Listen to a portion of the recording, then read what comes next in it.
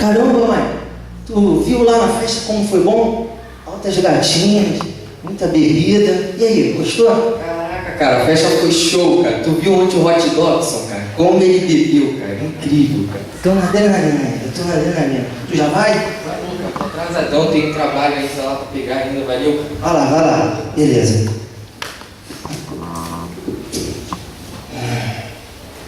Nem fiquei muito animado na festa. Aliste já para o exército de Cristo e marche para a vitória. Quero fazer parte disso aí.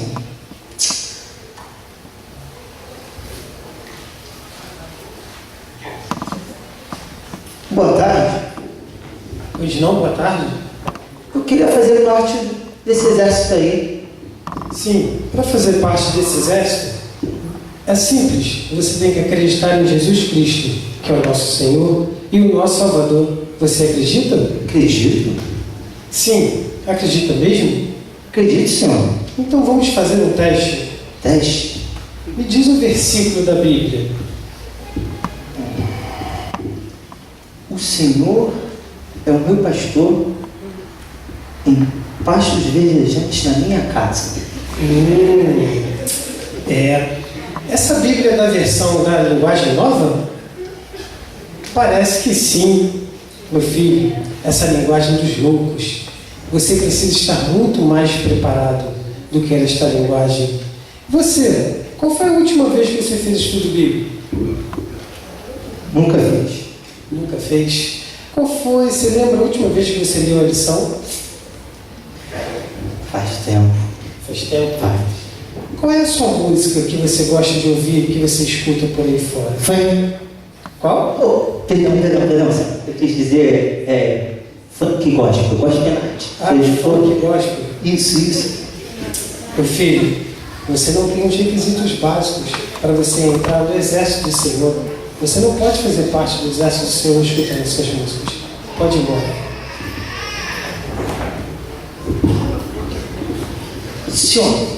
Senhor, por favor, olha para mim. Eu preciso disso.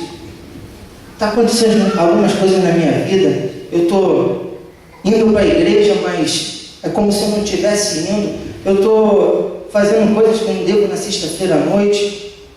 Estou me envolvendo com meninas que não se interessam pela igreja. Eu estou até fumando de vez em quando. Sabe, eu estou sentindo que eu estou vazio, mas eu preciso disso. Eu preciso ter uma reconciliação com Deus. Está tudo errado, eu não estou me sentindo bem. Eu preciso fazer parte desse exército. Pode levantar, filho. Pode levantar. O exército do Senhor precisa de pessoas assim, sinceras, com o coração puro. Você pode fazer parte do exército do Senhor, sim. Leve esta roupa e vê se você consegue usá-la. Pode ir.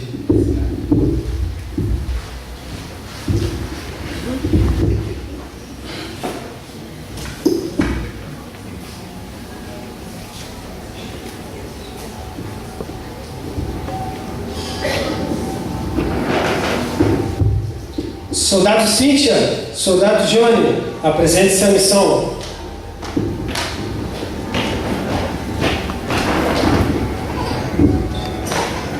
Atenção, tropa, descansar à vontade de forma. Soldado Cíntia, vejo que a sua mochila está muito pesada. O que tem dentro dela?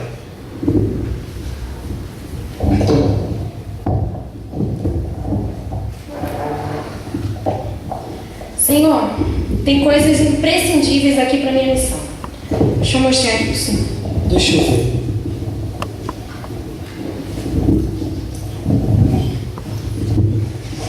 Tem o meu PlayStation, meu videogame.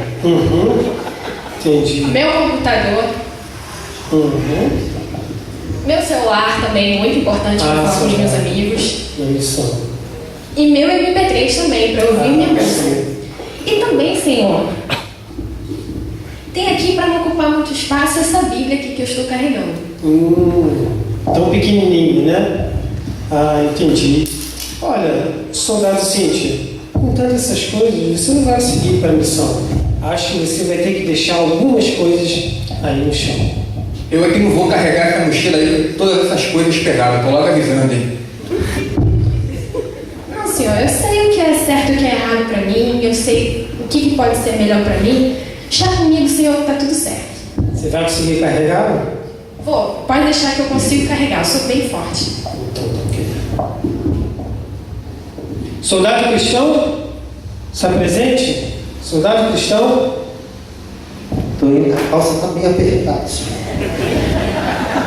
soldado cristão está se vestindo para a missão. Soldado cristão, está presente? Você está pronto? Sim, senhor. Você vai para uma missão. Não esperava? Missão? Ah, a gente já está em guerra? Estamos em guerra há mais de 6.000 anos e estamos já caminhando para o destino final desta caminhada, desta batalha. E você foi escolhido e você acaba de ser promovido. Você será o capitão cristão. Você vai comandar esta tropa para que você possa cumprir a missão de hoje. Tome este mapa, capitão cristão. Siga as instruções corretas que estão dentro deste mapa. Siga esse caminho que você conseguirá seguir certo no caminho do Senhor, aonde que está este mapa. Leve também, capitão cristão, a bandeira de Cristo. Também leve a sua arma. Cuidado com os inimigos. Cuidado com as armadilhas dos inimigos no decorrer do caminho. Capitão, cuidado com a arma. A arma está armada. E dentro dessa Bíblia há palavras tão poderosas que quando saem de pessoas com coração puro e com coração bom, é muito forte para pessoas assim. Comande a sua tropa, capitão cristão. Eu vou aqui dar as orientações. Por favor, soldado. Deixa o mapa comigo. A arma carregada. Comande a sua tropa, capitão. Vá por esse caminho. Segundo as coordenadas. Siga suas coordenadas. Atenção, tropa! Sim, senhor. Atenção, tropa.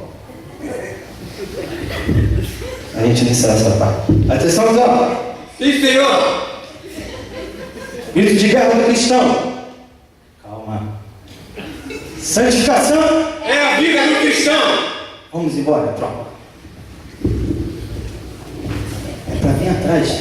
Capitão cristão, siga as ordens e siga a missão, pois amanhã você terá o seu primeiro desafio. Ok, querido.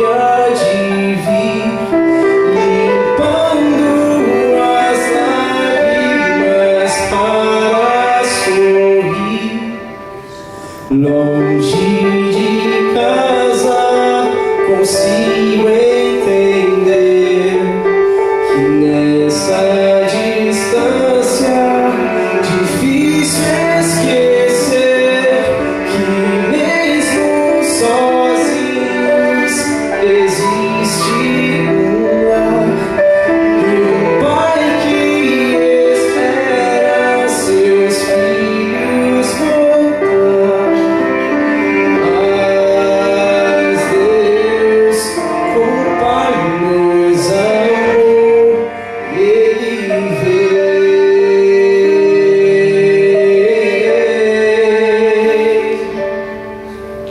Longe dos filhos, Deus busca entender, porque na distância é fácil esquecer que mesmo sozinhos existe um lar e um pai que espera seus filhos voltar. Eu canto enquanto eu tento esperar, em meio à demora, a hora chega. É certo estar perto, meu Deus vai voltar. Um pai que espera seus filhos no lar,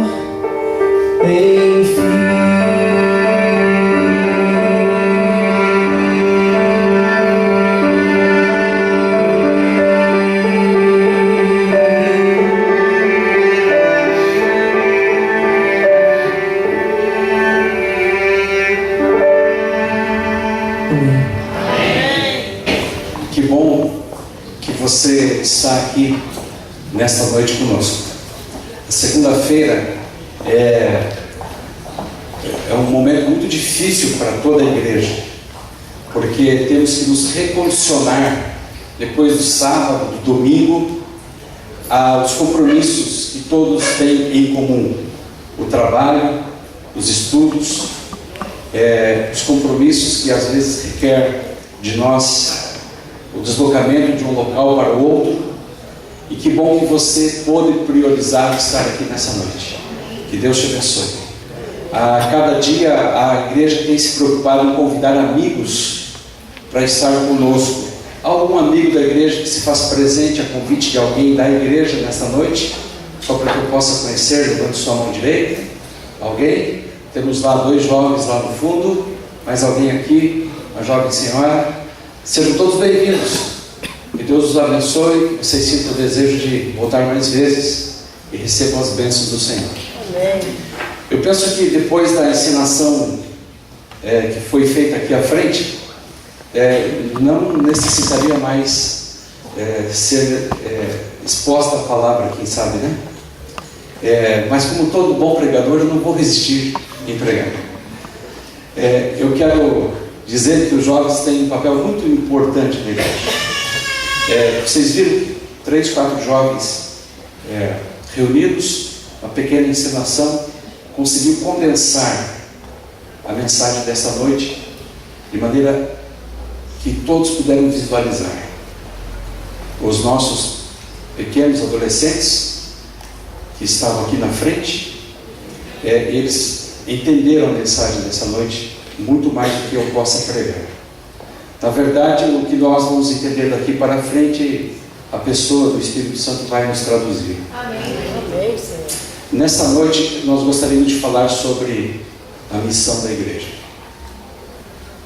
Tirem a missão desta igreja e ela se tornará um dos melhores clubes do Rio de Janeiro.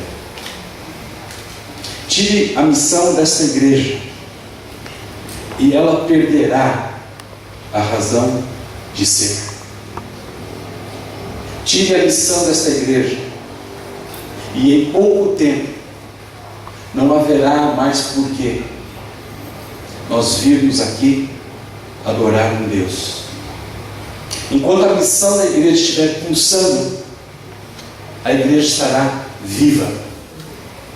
Mas eu queria dizer que uma luz não vermelha ainda, eu creio que a maré acendeu em nossos dias. Quando eu vejo alguns dados que são advindos de estudiosos de crescimento de igreja, algo me preocupa. Por exemplo, você sabia que, em média, para que uma pessoa aceite a mensagem do Evangelho e a Cristo como seu Senhor e Salvador pessoal, é necessário que você dê estudo bíblico para 4, porque apenas 1 em 4 aceitarão a Cristo como seu Senhor e Salvador. É preocupante isso. Mais do que isso, na divisão sul-americana existe uma estatística que nos diz, talvez ela tenha mudado de 2008 para cá, mas até 2008 a divisão sul-americana precisava no seu território 12 pessoas e meia, a média, para levar uma a Cristo. A igreja estava mais aquecida com os membros da sua igreja local, participando da missão, alcançar o estrondoso índice de 20%. Ou seja, de cada 100 pessoas que vêm à igreja, apenas 20 se envolviam realmente no trabalho da pregação do Evangelho. E vejam agora o poder de Deus. Mesmo com esses dados, que não são dados assim, em termos de proporções muito relevantes, na participação direta da pregação do Evangelho, mesmo assim, a igreja cresce num passo assustador. Você pode perceber o crescimento da igreja hoje, meus queridos, quando você pega a Revista Adventista. Eu não sei quantos assinam aqui a Revista Adventista, mas aí está uma assinatura que valeria a pena todo membro, toda a família da igreja ter. É um investimento de baixo custo com alto retorno, porque a igreja tem que ser doutrinada, e todos os melhores artigos sobre assuntos diversos e atuais no âmbito espiritual, bíblico e teológico estão ali escritos pela nata da igreja. Então aí está algo que deveria fazer parte das nossas prioridades ao assinarmos algum tipo de revista para ler. Mas quando você abre uma revista adventista e você encontra as notícias que dizem lá treinamento de líderes da associação tal, encontro de comportores, encontro da missão Caleb, você já observou as fotos? Elas estão apinhadas de gente.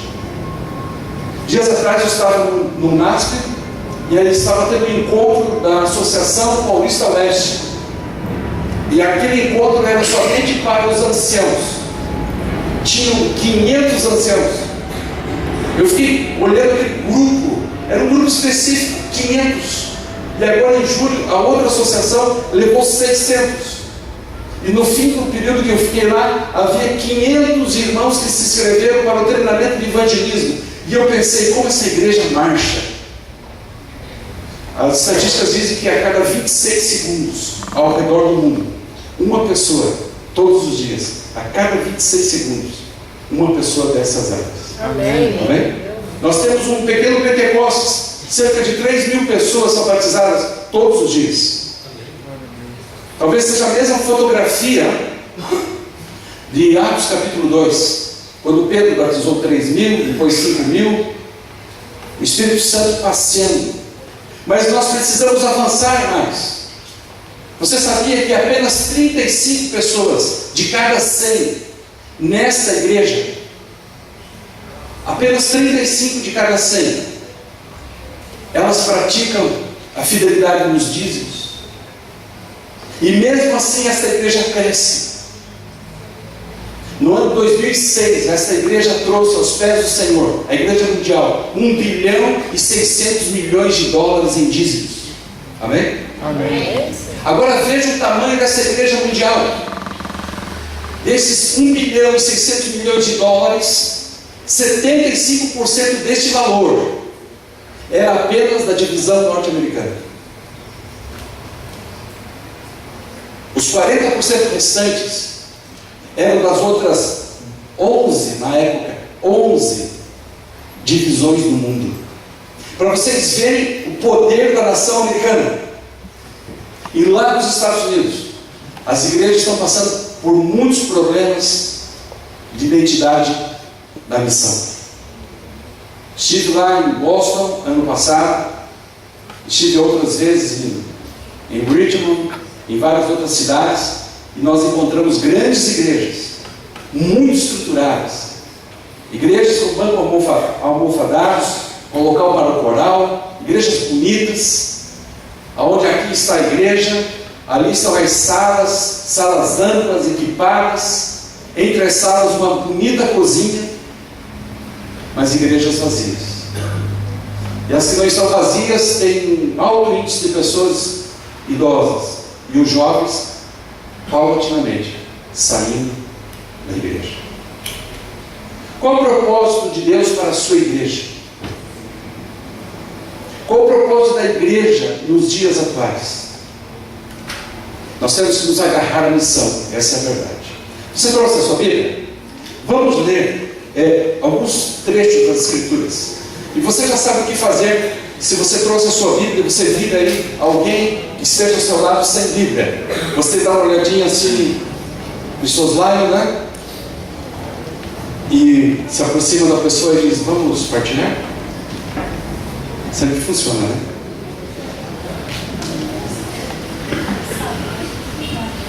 Dias atrás eu na minha igreja falei isso, e tinha uma jovem sentada assim no segundo banco, e tinha o esposo dela estava do lado esquerdo, e tinha um rapaz do lado do esposo dela e o outro, eles estavam em 4, e só ela tirou a Bíblia. E aí quando eu falei assim, vamos partilhar, ela tirou a Bíblia, era desse tamanho a Bíblia, e ela abriu e olhou para mim: não tem como, pastor. Mas que bom que você trouxe a sua Bíblia. Vamos ao livro de Atos, capítulo 5, verso de número 13.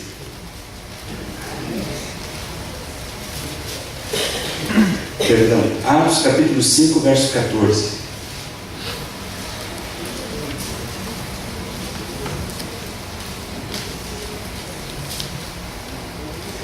A multidão dos que criam no Senhor, tanto de homens como de mulheres, crescia cada vez mais. Agora vai em Atos capítulo 4, verso 32. Atos 4, 32. Era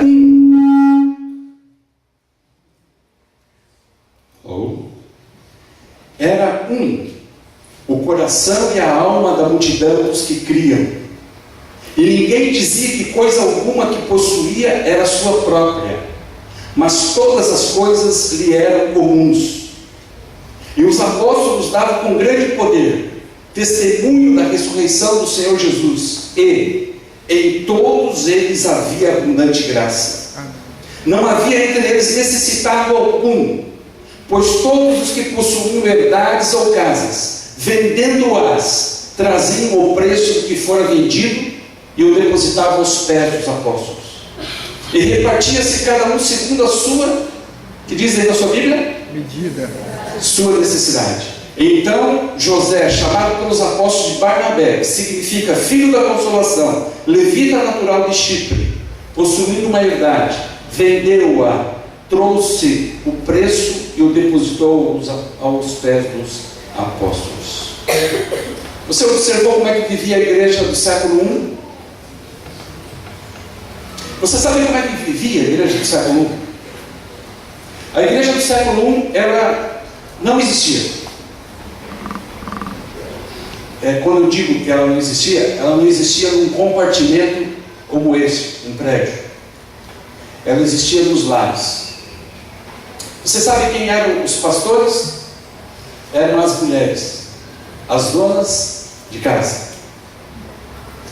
Durante muito tempo, até aproximadamente o início do século IV, a igreja cristã apostólica, ela vivia em comunidades pequenas. E quando muitas delas se convertiam, judeus se convertiam e as sinagogas eram abertas para os cristãos, eles continuaram se reunindo nos lares e vinham à sinagoga para celebrações. Raramente eles se encontravam na sinagoga. O segredo deles estava na comunidade básica. 8 pessoas, 10 pessoas, 12 pessoas, 20 pessoas. E quando ficava um grupo muito grande, então eles diziam assim: Dona Maria, agora a senhora vai abrir a sua casa e vai levar metade desse povo, porque a minha casa não suporta mais tanta gente. E lá eles comiam, lá eles oravam, lá eles estudavam a palavra de Deus, lá eles pregavam. Era assim que funcionava. Todos se sentiam membros e cristãos funcionais e vivos do Evangelho. Vocês conhecem a história? Século IV, o Império Romano estava já ali pelo ano 300, quase que se desfacelando. O Império Romano, em 476 depois de Cristo, essa é a data, ele ruiu. Ele começou a passar por uma grande crise a respeito das questões econômicas. Os soldos começaram a minguar, os povos bárbaros, pequenas tribos, começaram a subverter os soldados. E esse povo, que fazia parte da profecia de Daniel capítulo 2, foi entrando e derrotou o Império Romano. Mas um pouco antes disso, Constantino, preocupado com a estrutura do Império Romano, ele via que o cristianismo crescia avassaladoramente. Ele olhou para aquele grande exército de cristãos e disse: como é que eu vou dominar esses cristãos? E se eles resolvem aí fazer um conchavo entre si e dizer que vão tomar o Império Romano, eu estou perdido.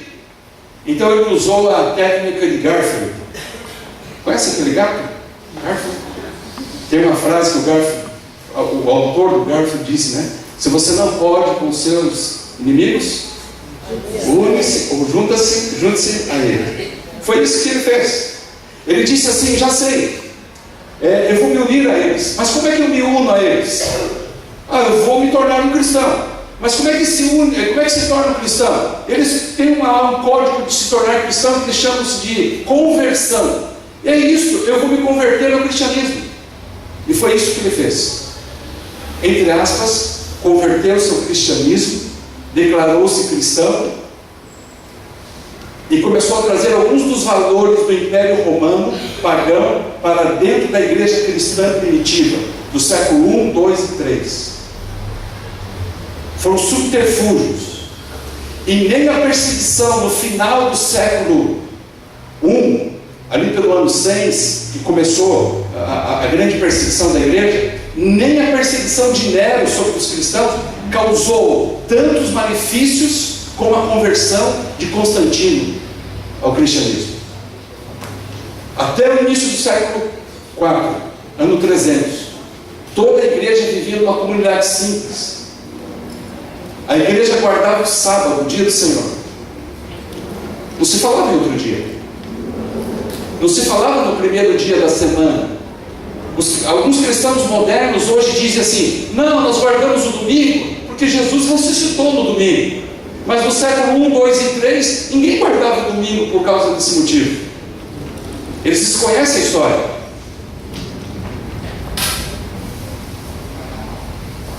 Paulatinamente, Constantino foi trazendo alguns dos seus credos pagãos para dentro do cristianismo: a imortalidade da alma, a adoração ao Deus Sol, que se fazia no domingo, primeiro dia da semana. Por isso que em inglês domingo é Sunday, dia do sol. Em alemão, Sonntag. Em português, domingo. Por que domingo? Porque vem de Dominicus, que quer dizer o grande Senhor Imperador, um dia ao Senhor Imperador. O imperador era visto no Império Romano como uma divindade. Imaginem vocês, eles olhavam para o imperador como uma divindade.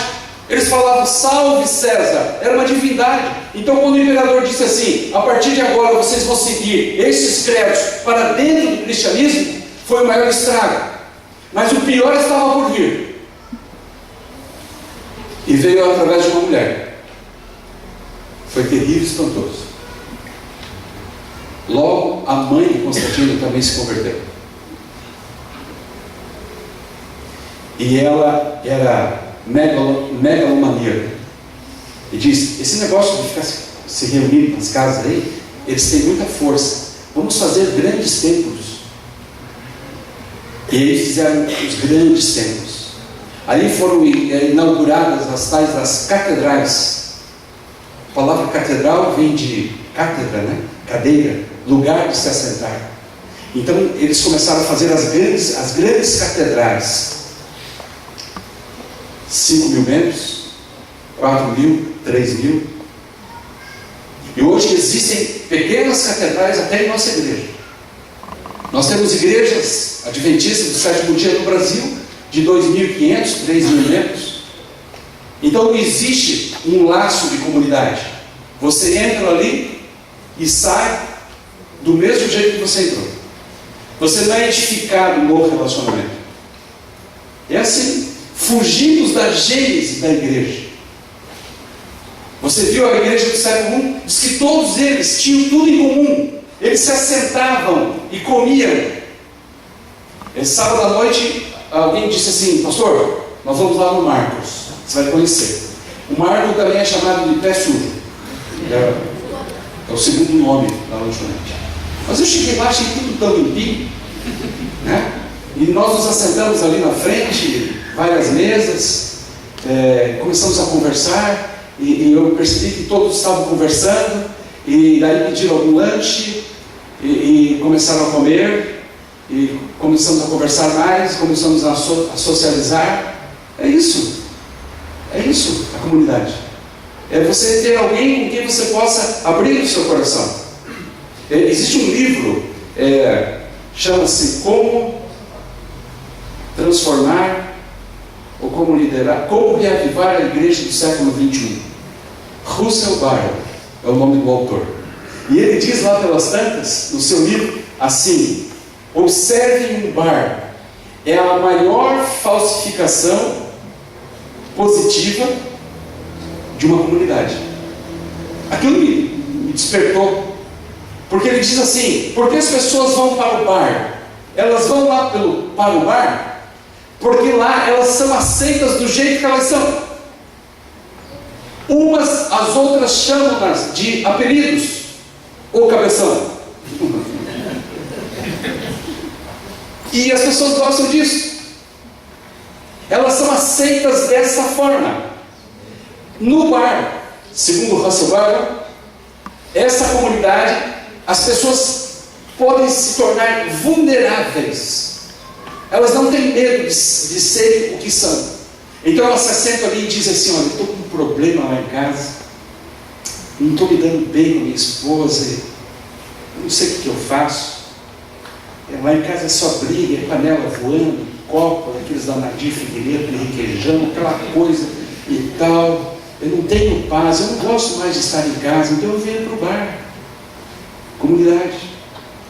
Existem comunidades nesses locais tão fortes que as pessoas gostam de estar lá. Enquanto essas comunidades fortes, sabe quem as criou?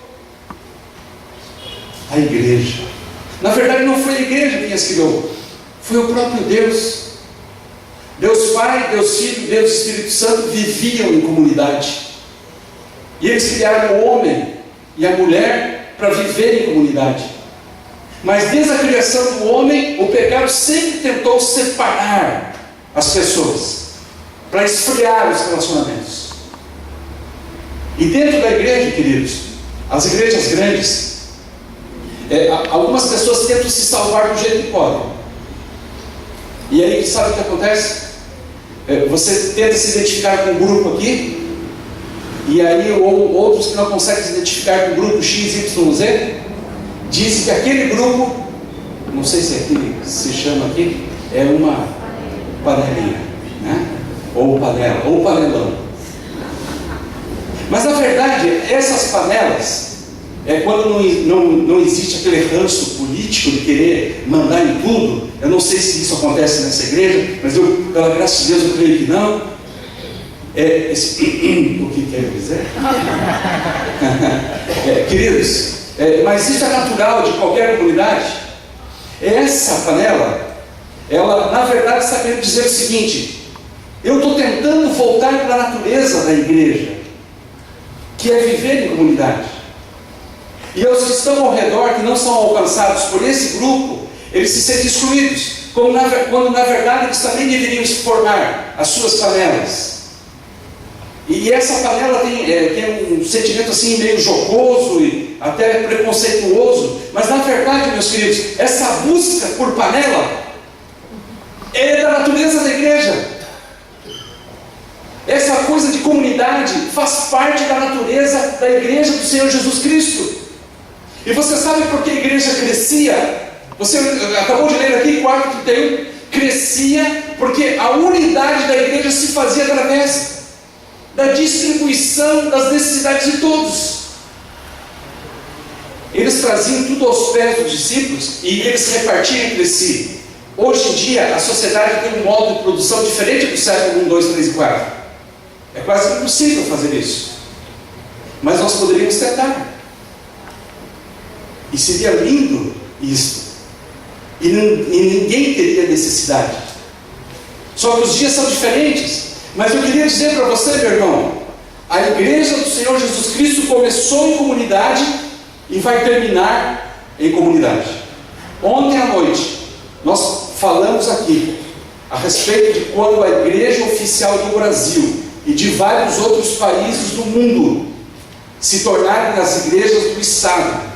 E as nossas igrejas não vão poder se perfilar a elas por causa do seu sistema de crenças. Então nós não teremos autorização para funcionar. E sabe para onde que nós vamos? Vamos lá para a casa da irmã Ildinha, onde eu estou.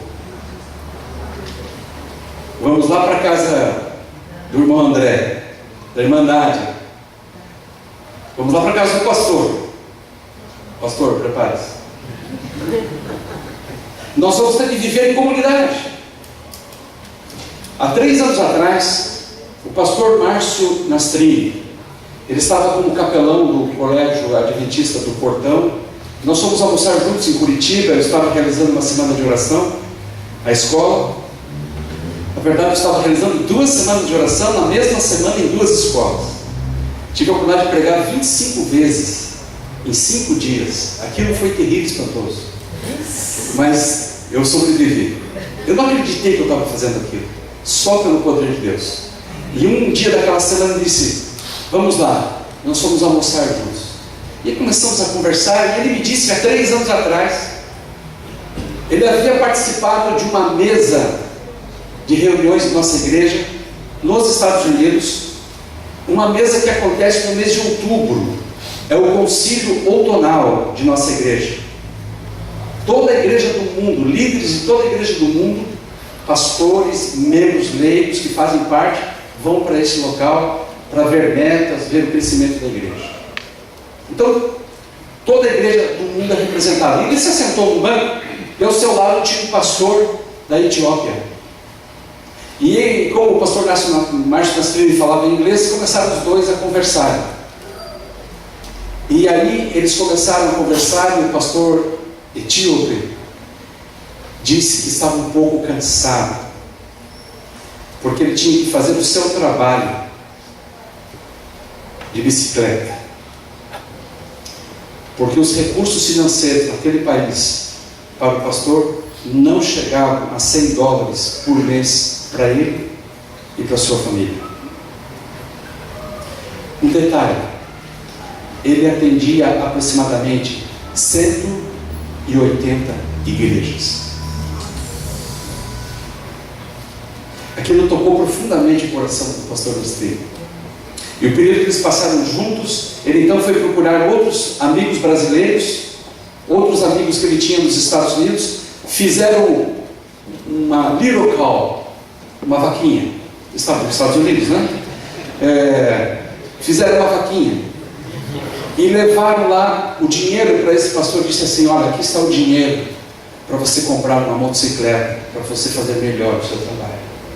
E aquele pastor então olhava para aquele dinheiro e chorava profusamente, porque agora ele poderia estar melhor capacitado para a pregação do Evangelho. Essa é a igreja que nós não conhecemos. Você conhece a sua igreja adventista do sétimo dia? Você sabia que 60% dessa igreja é composta de mulheres? Quase 70% dela é composta de jovens? Você conhece essa igreja? Você conhece a missão dessa igreja? Não precisamos ir longe. O pastor Ismael que está aqui e eu, nós tivemos a oportunidade de estar agora no concílio da divisão sul-americana.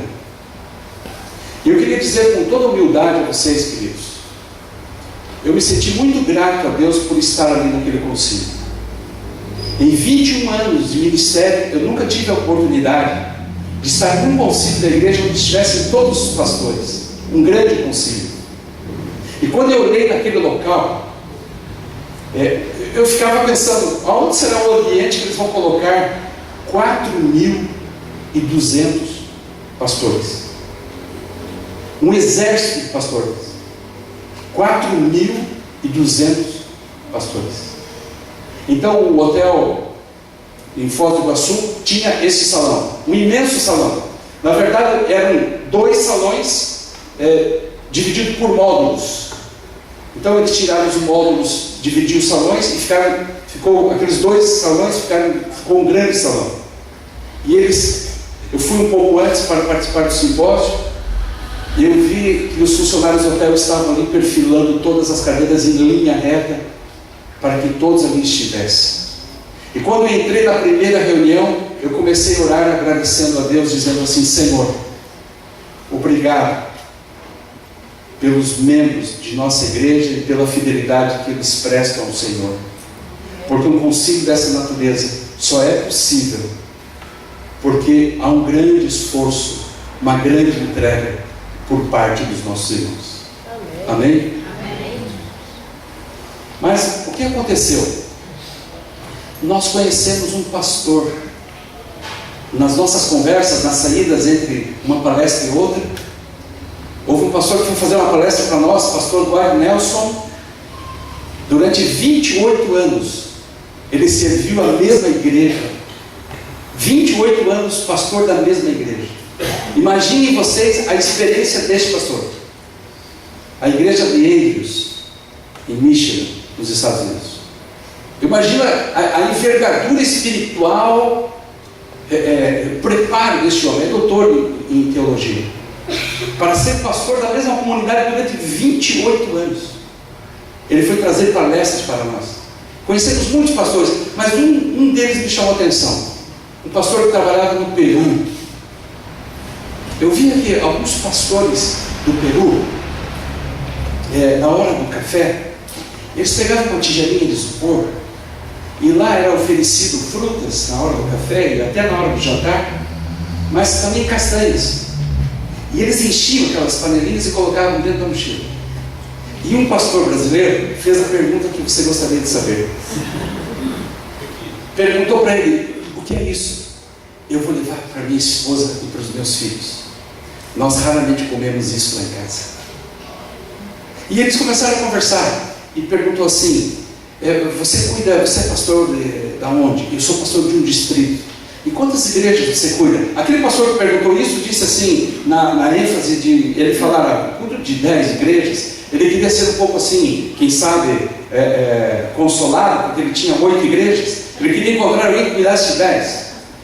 E ele disse: eu cuido pela graça de Deus de 52 igrejas. Só que tem um detalhe: tem uma igreja que fica tão longe e fica nas montanhas que eu não consigo atendê-la de carro, de bicicleta, de forma alguma, a não ser a pé. Então eu me levanto a 1h da manhã, faço o meu culto, a minha meditação, e às 2h eu pego a minha mochila, meu tênis, meu material, coloco nas costas e começo a minha caminhada. Às 2h da manhã. Quando dá 10h da manhã eu chego na comunidade da igreja. E eu visito todo mundo que eu posso, enquanto é dia. Fazer a obra daquele que me enviou enquanto é dia, diz João 9,4. Então eu visito toda a igreja, as famílias, resolvo problemas que tem para resolver. E até às 8h da noite eu trabalho. Então eu durmo. E quando dá 1h da manhã do outro dia eu acordo, faço o meu culto. às 2h da manhã, eu volto para casa com a sensação de missão cumprida. Amém. Glória a Deus. Você que ouve essas palavras, não tem o desejo de se levantar assim e dizer: eu preciso pregar. Eu tenho tantos recursos. Eu tenho tanto material humano. Eu tenho tantos meios. Eu tenho até um carro que chama-se Fred Palito. Né, Teresa? Deus tem me dado saúde. Queridos, a missão desta igreja precisa de você. Só que cada vez que passa, menos pessoas se levantam para dizer: eis-me aqui, Senhor. Tire a missão dessa igreja e ela se tornará o melhor clube do Rio de Janeiro, porque se tornará apenas um local de encontro. Não, queridos. Sabe qual a parte mais importante dessa igreja? Está ali atrás, o tanque batismal. Porque não tem coisa mais gostosa na nossa vida cristã do que levar uma pessoa a Cristo. Sabe, em 1831 tinha um jovem que ia à igreja acompanhando a sua mãe. Ele era um ávido leitor. E de repente ele esfriou na fé. E a sua mãe ficou preocupadíssima. E começou a tentar motivá-lo a ir à igreja. Até que um dia eles tiveram uma conversa muito franca. Ele tinha 17 anos de idade. Ela disse: filho, em breve você será independente. E eu, como mãe, tentei fazer tudo que estava no alcance para educar você nos caminhos do Senhor. Por que você esfriou na fé? Vocês conhecem filhos que esfriaram na fé? Vocês conhecem jovens que esfriaram na fé? Vocês conhecem adultos, idosos, juvenis que esfriaram na fé? É ruim o frio na fé. Mas nem tudo está perdido. O frio na fé vem por causa do calor do mundo. O mundo aí fora tem tantas luzes, tem tantas vaidades, tem tantos momentos coloridos, mas é tudo funesto, é tudo rápido, é tudo fugaz, passageiro, e o gosto é amargo no final. Então, irmão, irmã, jovem, juvenil, não vale a pena. Então, nessa conversa que esse jovem teve com a sua mãe, ele disse: mãe, eu até que gosto de ir à igreja, eu me interesso por coisas espirituais, mas eu não aguento mais ir à igreja e ouvir aqueles sermões. Você sabe como é que era feito os sermões nessa época? Eles não eram pregados da maneira como são pregados nos dias de hoje. Havia algo que se lia, eram sermões lidos, e diga-se de passagem, por pioneiros, por pastores com restrita educação cultural. Então eles eram pessimamente lidos. Então aquela mãe se deixou levar pelo poder de Deus. Chegou para a liderança da igreja e disse assim: meu filho não vem mais à igreja porque ele não consegue ouvir os sermões. Vamos fazer o seguinte: convidem-no para ler os sermões. Foi isso que aconteceu. Numa quarta-feira levaram o menino para ler o sermão. E ele se preparou. Só que ele esqueceu de ver o verso bíblico que ia ler. Então, quando chegou, ele abriu a Bíblia, Isaías 53. E ele começou a ler. Quem deu crédito à nossa pregação? Quem ouviu a nossa pregação? Porque foi subindo como um renovo. Era de uma raiz seca, sem formosura. E ele foi lendo e olhava para a congregação. E quando ele chegou próximo do verso 3 e 4, que diz: certamente ele tomou sobre si as nossas dores e levou sobre si. E como ovelha muda perante os seus tosqueadores, ele não abriu a sua boca. E aí, Peter, nesse momento, aquele jovem parou, porque ele jamais tinha lido com tanta profundidade e com tanta unção da presença do Espírito Santo as palavras de Isaías 53. E ali, aquele jovem, no púlpito de uma igreja batista, chamado Guilherme Miller, Deus começou a entristecer o chamado para, durante os próximos 14 anos, 13 anos, ele pregar para multidões inteiras, embaixo de tendas, no meio, embaixo da chuva, do sereno, em meio a perigos, a inimigos, sem recursos, sem o auxílio de um aparelho de microfone, vencendo o cansaço, viagens a pé, a cavalo, de trem. Deus o chamou para essa obra. E ele começou a pregar. Quando ele terminou de pregar, na noite 21 de outubro de 1844, muitas fazendas dos Estados Unidos, os fazendeiros fincavam placas no meio das plantações dizendo assim: esta fazenda está com a sua plantação livre para quem quiser colher, porque Jesus está voltando. Milhares de pessoas. Você sabe quantas pessoas tinham nos Estados Unidos nessa época? 17 milhões de pessoas. Você sabe quantas pessoas esperavam Jesus voltar? 1 milhão de pessoas. Você sabe o que é isso? Isso quer dizer que uma pessoa, uma brasa viva no altar de Deus, foi usado de tal maneira que sozinho ele pregou o Evangelho para quase 8% da população do seu país. E Deus hoje quer suscitar pessoas, levantar jovens, homens e mulheres, para pregar para multidões. Esta é a missão da igreja: pregar a tempo e fora de tempo. Então estamos precisando de Isaías modernos que se levantem e digam assim: Senhor, envia-me a mim, eis-me aqui. A bandeira da missão dessa igreja talvez não esteja tombada, mas ela não está totalmente em pé, porque ainda falta. Se nós crescêssemos 100% do número de envolvimento da igreja, nós não chegaríamos a 50%. E Deus tem uma promessa através da serva do Senhor para esta igreja. Ela diz assim: quando a maioria da igreja estiver envolvida na obra da pregação do Evangelho, a maioria da igreja, 50% mais um, maioria simples. Temos 400 membros nessa igreja, é isso?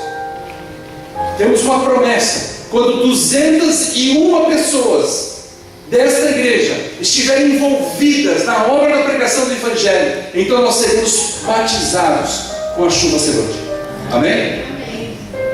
Você já imaginou 201 pessoas dessa igreja envolvidas na pregação do Evangelho diretamente? Haverá o batismo da chuva serôdia em colégio. Então o maior fenômeno não será pregador X, Y, Z que esteve aqui. Não será, quem sabe, uma semana de avivamento que esteve aqui. Não, o maior fenômeno que nós podemos apregoar pelos sites, pela propaganda, pela TV, vai ser a igreja de colégio está sendo batizada da chuva serôdia. Está acontecendo milagres. E nós não precisamos, queridos, da chuva serôdia para que haja curas, para que haja milagres. Não é esse o objetivo. Porque se nós usarmos a pregação do Evangelho para termos a chuva serôdia para esta função, ficaremos aqui. Sabe para que nós precisamos da chuva serôdia? Para que o Evangelho entre nos corações duros, indiferentes, frios, e que não venha somente através do sofrimento, mas através do entendimento. Você está pronto? Quem gostaria de ser o primeiro nessa noite a dizer assim: eu quero me envolver? Quem seria o primeiro a dizer assim: eu estou me sentindo um cubo de gelo, eu tenho sido um cristão nominal, só de nome, eu preciso me envolver na obra da pregação do Evangelho, eu preciso me envolver direta e indiretamente, eu preciso voltar a crer na santificação, eu preciso voltar a ter mais tempo para a leitura das Escrituras, da bandeira amarela, eu preciso ter mais tempo para guardar o sábado como Deus requer. Eu preciso voltar a ser um cristão genuíno. Chega de ser aquele cristão funcional, aquele cristão frio, aquele cristão formal. Chega disso. Ou eu sou tudo para Cristo, ou eu não sou nada. Porque daí ele vai ter certeza que pode ou não pode contar comigo. A pior coisa é aquilo que eu tenho dito para vocês: um pé na lancha do mundo e outro no barquinho de Jesus. Só que eu vou te dar certeza: o barquinho de Jesus jamais vai afundar. Então, você quer vir aqui me ajudar a erguer a bandeira da missão? Quem seria o primeiro a vir à frente? Venha. Venha recompor a sua vida, meu irmão. Venha fazer um novo propósito com Jesus. Venha fazer o propósito de falar assim: Senhor, usa-me. Essa vida é tão fútil, essa vida é tão limitada. Eu quero ser grande para Ti. Eu quero ser grande em Ti, Senhor. Quem mais gostaria de vir? Venha, renda-se a Cristo. Entregue-se a Cristo. Deixe que Ele faça a diferença na tua vida. Chega de formalidades. Chega de mais do mesmo. Precisamos começar tudo de novo. E se você tomar essa decisão com Cristo na sua vida espiritual, eu tenho uma boa notícia para você. Ele é especialista em começar tudo de novo. Assim como Ele começou, Cíntia, tudo de novo na tua vida. Na vida do teu pai, da tua mãe, do teu irmão que estava no exército. Você viu como é que Ele fez? Assim. Não era nada mais. E Ele trouxe você de volta. Assim como Ele começou a tua vida, Johnny. Você sempre buscou a verdade. Você me contou isso. Lembra? Pastor, eu fui na igreja X, Y, Z. E sabe onde Ele me contou isso? No pé sujo. Pastor, eu tinha uma coisa dentro de mim, pastor. E ele falou uma frase que eu achei linda. Ele falou assim: pastor, mas quando eu entrei na igreja adventista, eu encontrei uma coisa que fez a diferença. E eu perguntei: o que era? E sabe o que ele disse? Foi a única igreja que estudou a Bíblia comigo. E aí, meu irmão? Está pronto para fazer a diferença? Está pronto para fazer incendiar esta igreja? Olha a proposta. Quando 201 pessoas estiverem envolvidas na obra da pregação do Evangelho, esta igreja será batizada com a chuva serôdia. E aí vai começar um polo aqui, um polo ali. E aí, queridos, nós teremos que ter cultos todos os dias, de manhã, à tarde, à noite. Os anciãos dessa igreja terão que ser chamados para envolvimento maior. Outros homens que foram chamados para serem anciãos, mas não têm priorizado isso em suas vidas, têm negado o chamado do Senhor, terão que ser levantados pelo poder de Deus, porque lado a lado, ali no batistério, eles terão que batizar junto com os pastores. Um pastor só não será suficiente. E isso não será como uma igreja que está visando economia, dinheiro, igreja caça-níquel, porque essa não é a nossa missão. Deus não precisa disso. Ele precisa da nossa entrega. Nós temos que arder em chamas para o Senhor. Ou somos tudo, ou zero a conta. Que Deus abençoe você. Amém. Eu vou orar. E 2, 3 voluntários, enquanto eu oro, poderiam pegar essa bandeira e vir aqui do meu lado, para termos a bandeira da missão da igreja erguida diante do Senhor. Curva a sua fronte. Pai querido, aqui estão alguns dos teus filhos que sentiram a necessidade de vir em plena segunda-feira à igreja. Eles tiveram o seu trabalho, tiveram desafios, o carro enguiçou, tiveram talvez uma dificuldade no trabalho, na escola, estão preocupados, alguns estão com dor, mas eles disseram: eu quero ir à tua casa. Eu preciso tomar, quem sabe, uma decisão, Senhor, da minha vida espiritual. Alguns talvez estejam dizendo nessa noite: eu estou cansado de ser um cristão apenas para cumprir tabela. Eu não quero mais viver assim, Senhor. Alguns têm dito assim: Senhor, eu tenho lido lá em Gênesis que Enoque andou com Deus, e tem dito para si: eu também quero andar contigo. Amém, Senhor. Não adianta mais viver nesse mundo sem missão. Não existe mais o porquê de sermos meio cristãos. Ao olharmos para a história deste mundo, nós vemos a violência aumentando, a fome nos países paupérrimos dilacerando vidas infantis. Nós vemos as bolsas de valores quebrando. Nós vemos a primeira e a segunda besta se unindo paulatinamente. Nós vemos as religiões fundamentalistas matando em nome da fé. E nós perguntamos: o que é que podemos fazer? Então o Senhor nos chama para pregar o Evangelho genuíno da verdade. Amém, Senhor. Que esse grupo que se levantou venha amanhã, depois, a contagiar os demais da igreja, para que haja uma igreja que se proponha a ser batizada com a chuva serpente. Para que isso aconteça, nós vamos ter que confessar os nossos pecados.